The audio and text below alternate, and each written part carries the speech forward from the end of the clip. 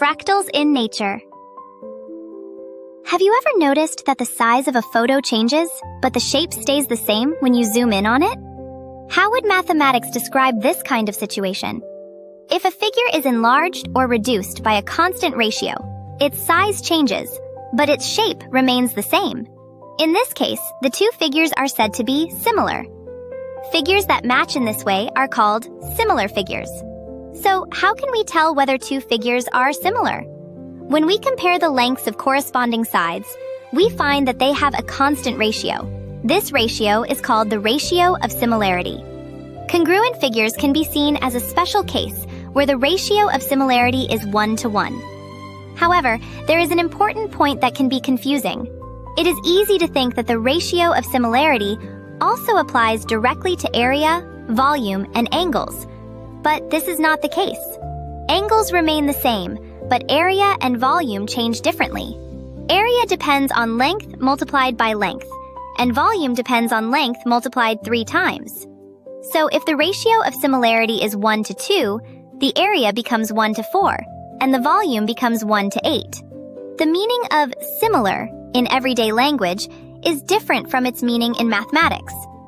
We often say things are similar if they simply look alike. However, in mathematics, figures are considered similar only if they have exactly the same shape when scaled up or down. Does this type of structure appear in nature as well? In fact, similar forms are easy to find in nature. For example, the leaves of a ginkgo tree vary in size but have very similar shapes. If one leaf is enlarged or another is reduced, they can closely match. But nature goes even further. Beyond simple similarity, it shows a much more remarkable repeating pattern called fractals. Fractals are patterns in which large and small forms repeat the same shape. Even when we zoom in, similar forms continue to appear. This property is called self-similarity. Fractals show that nature is not random, but follows underlying rules. Simple rules repeat to create complex forms, and these structures also help use space efficiently. It is easy to understand this concept by thinking about a tree.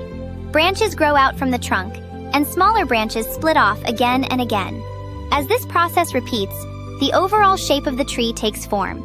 If we zoom in on part of a branch, we can see a structure similar to the whole tree. A similar pattern appears in the veins of leaves as well.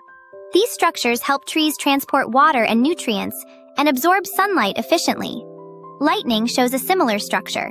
Instead of falling in a straight line, lightning spreads out and branches in many directions. Even the smaller branches resemble the overall shape. This structure forms as electrical energy searches for the most efficient path. Depending on air conditions, temperature, and voltage, different fractal forms can appear.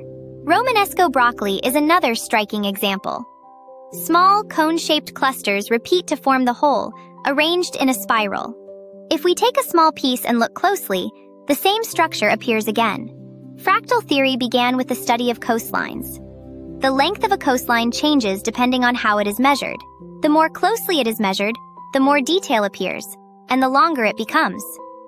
This is because small parts repeat the same complex structure as the whole. This feature is also seen in clouds, mountains, and the flow of rivers.